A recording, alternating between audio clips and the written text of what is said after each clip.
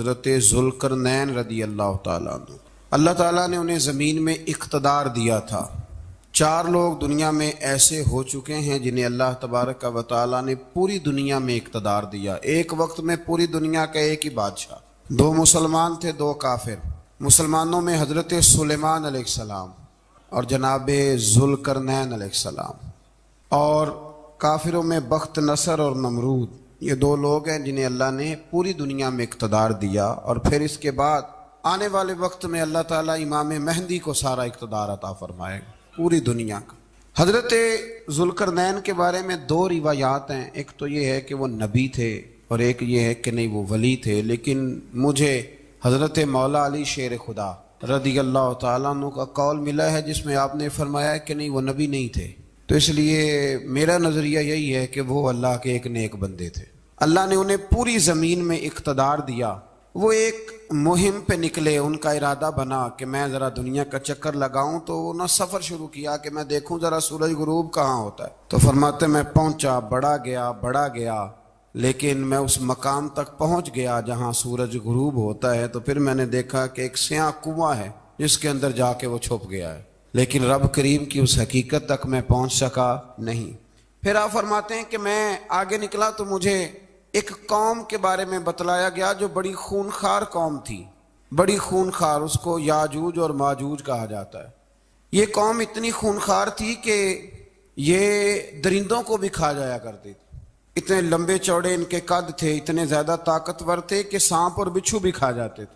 یہ نکلا کرتے تھے سبزے کے دنوں میں تو ساری کھیتیاں اجاڑ جاتے تھے، ہر چیز تباہ کر جاتے تھے، حتیٰ کہ انسانوں تک کو کھا جاتے تھے۔ تو حضرت ذوالقرنین جب وہاں پہنچے، اللہ تبارک و تعالیٰ نے انہیں ان مظلوم لوگوں کا مددگار بنایا جن پر یاجوج اور ماجوج کی قوم ظلم کرتی تھی۔ انہوں نے آپ سے کہا کہ حضور مہربانی فرمائیں، اس قوم سے تو ہماری جان چھڑائیں۔ آپ نے فرمایا تم میری مدد کرو۔ انہوں نے کہا حضور کس طرح؟ فرمایا بس جسمانی طور پر میری مدد کرو۔ تو آپ نے پھر وہاں ایک دیوار بنائی، لوہا کاٹ کر، سیسا پگھلا کر، پتھر ڈال کر ایک بڑی موٹی تازی دیوار بنائی، اور اتنی اونچی بنائی، اور پھر اس کے چاروں جانب آگ جلائی تاکہ وہ لوہا اس طرح پگھل جائے کہ وہ دیواروں کے ساتھ چپک جائے، تاکہ کوئی آدمی پیر رکھنا چاہے تو پیر رکھ کے اس پہ چڑھ نہ سکے۔ آپ نے وہ دیوار بنائی۔ اب اس قوم کا حال یہ ہوا کہ وہ اس کے اندر قید ہیں، وہ صبح جب اٹھتے ہیں تو اس کو توڑنا شروع کرتے ہیں، توڑتے رہتے ہیں، تو جب شام ہوتی ہے تو ان میں سے ہر روز ایک شخص کہتا ہے اتنی رہنے دو، باقی کل کریں گے، لیکن جب وہ سویرے اٹھتے ہیں تو اللہ تعالیٰ اس دیوار کو پھر سے مضبوط فرما دیتا ہے۔ نبی کریم علیہ السلام نے فرمایا قرب قیامت میں ایک وقت آئے گا، قیامت کے قریب جا کے ایک ٹائم ایسا آئے گا کہ اس مخلوق میں سے ہی ایک شخص پکارے گا اور پکار کے کہے گا کہ اب سو جاؤ انشاءاللہ۔ اللہ ان کی زبان پہ جاری کہے گا اب سو جاؤ اور سویرے انشاءاللہ یہیں سے شروع کریں گے۔ تو فرمایا وہ چونکہ انشاءاللہ کہیں گے تو پھر اللہ تبارک و تعالی اگلے دن اس دیوار کو وہیں پہ رکھے گا جہاں رات کو انہوں نے اسے چھوڑا تھا۔ اگلے دن وہ توڑیں گے تو دیوار ساری ٹوٹ جائے گی، اور پھر اللہ تبارک و تعالی کا فضل ہوگا تو مسلمان کی طرف وہ بڑھیں گے، وہ قتل و غارت کریں گے، پھر سے وہی درندگی کریں گے۔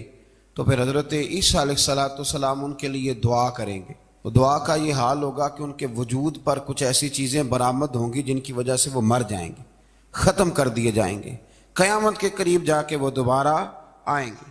اس کے بعد پھر اللہ تبارک و تعالی نے سورہ کہف کی آخری آیات میں 7 سمندر اور ان جیسے اور بھی آ جائیں، فرمایا 7 سمندر ہوں اور ان جیسے اور بھی آ جائیں اور مل کر وہ روشنائی بن جائیں تو میرے رب کے کلمات ختم ہونے سے پہلے سمندر ختم ہو جائیں گے۔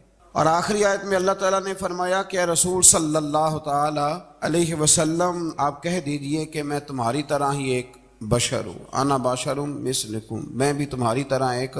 اب مثلکم کا بہت سارے لوگوں نے ترجمہ اپنی طرح کا کر لیا ہے، حالانکہ حضور صلی اللہ تعالی علیہ وسلم نے فرمایا کہ بشر ہونے میں تمہاری طرح ہوں، رسول ہونے میں تمہاری طرح نہیں، اللہ کا حبیب ہونے میں تمہاری طرح۔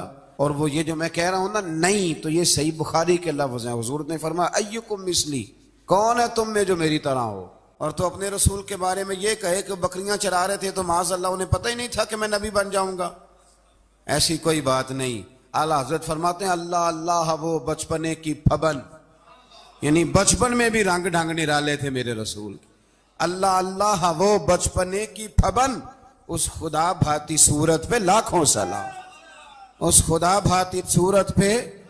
اور مرحوم اعظم چشتی نے بھی ایک جملہ بڑا خوبصورت کہا، اس نے کہا تیری حیات پاک کا ہر لمحہ پیغمبر لگے۔ انہوں نے اپنے چچا کو بے جان بتوں کی عبادت سے روکا، عذاب الہی سے ڈرایا۔ اس نے کہا کہ آپ ہمیں ہمارے خداؤں سے پھیرنا چاہتے ہیں، اس سے رک جائیں ورنہ ہم آپ کو سنسار کر دیں گے۔ ابراہیم علیہ السلام نے کہا کہ میں آپ کے لیے اپنے رب سے استغفار کرتا رہوں گا، وہ مجھ پر بہت مہربان ہے۔ تو اللہ تبارک و تعالیٰ نے انہیں اسحاق علیہ السلام بیٹے اور یعقوب علیہ السلام پوتے کی بشارت دی، اور یہ بھی فرمایا کہ یہ دونوں نبی بھی ہوں گے۔ پھر آیت نمبر 51 سے لے کر 58 تک مختلف انبیاء کا ذکر ہے۔ اللہ تعالیٰ نے اس میں فرمایا کہ حضرت موسیٰ کو برگزیدہ رسول، نبی اور اللہ کا رازدار کہا گیا، اور حضرت ہارون کی نبوت کا بیان بھی ہوا، اور حضرت اسماعیل کو وعدے کے سچے، نماز اور زکوٰۃ کا حکم دے